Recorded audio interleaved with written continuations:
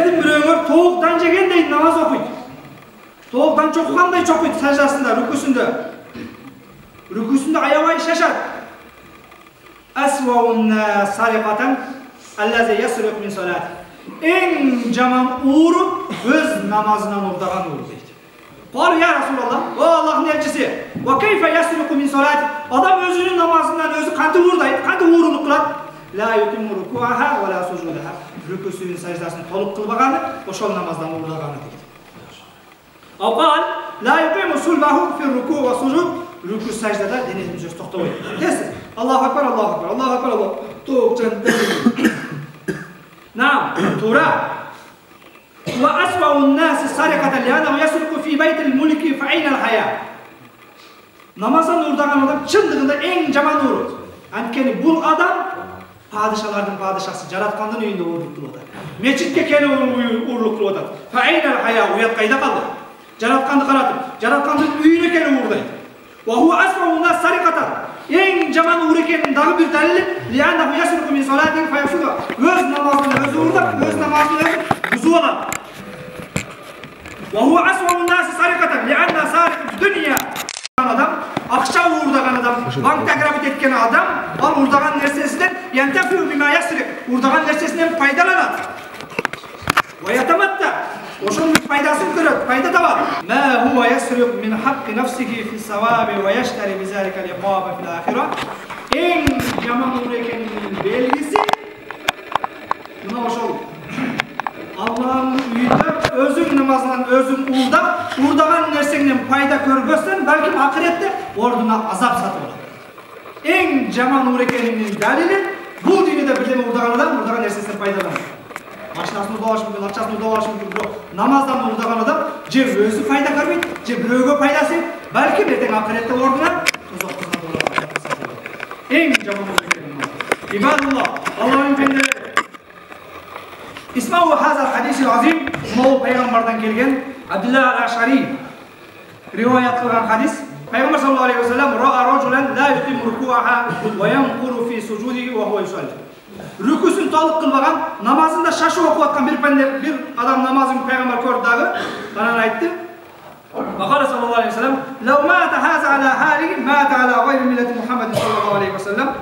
Пайгамбар айтты: "Мына намаз окуп аткан bir адам көрдүңөр, шашып намаз окуп атат. Арак ичип атканды айткан жок. Зина кылып атканды айткан жок. Коррупция кылып атканды айткан жок. Уурдап атканды айткан жок."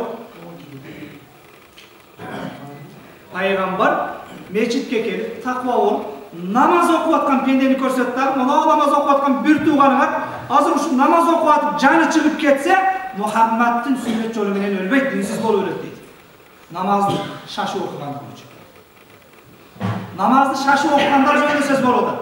Rüküsün толук аткарбагандар жөнүндө сөз болуп атат. Урматтуу жамаат, rüküsün толук аткарбаган, шашып окугандар, пайгамбар айтат, мына бир тууганыгар азыр өлө турган болсо, динсиз өлөт дейт. Бирок биздин мечит бүгүн толду. Толгондо 5 вакыт намаз окугандарга, таквадарларга, диндарларга эмес, намаз окушту билбегендер менен толуп отургандар. Алхамдулилlah, туура окуй албагандар менен мечитте отуруп аткандар. Мен жогоруда айткан хадис кээ бир намазды билбегендер, намаз окубагандар жөнүндө эмес. Намазды толук билген, болгондо да пайгамбардан үйрөнгөн сахаба жөнүндө болот атат. Эгер ушул сахаба азыр дүйнө менен кош айтышып кетсе, динсиз өлөт дейт пайгамбар. Эмелестетип. Былтыр айтта келген боюнча бүгүн мени көрүп отурасың. Шумкардамда ошондон бери дагы эле мечиттебиз. Ошондон бери бир жылдан бери бир мечитке кадам таштабаган. Bir жол Аллага сажда кылгандар келип отурасыңар, мен айткан хадистер жөнүндө эмес. Мен айткан хадис намазын убагында окуган, бирок убагында окуп пайгамбардан үйрөнгөн сахабанын шашып окуганы жөнүндө болот. Эми сенин абалың кандай болот?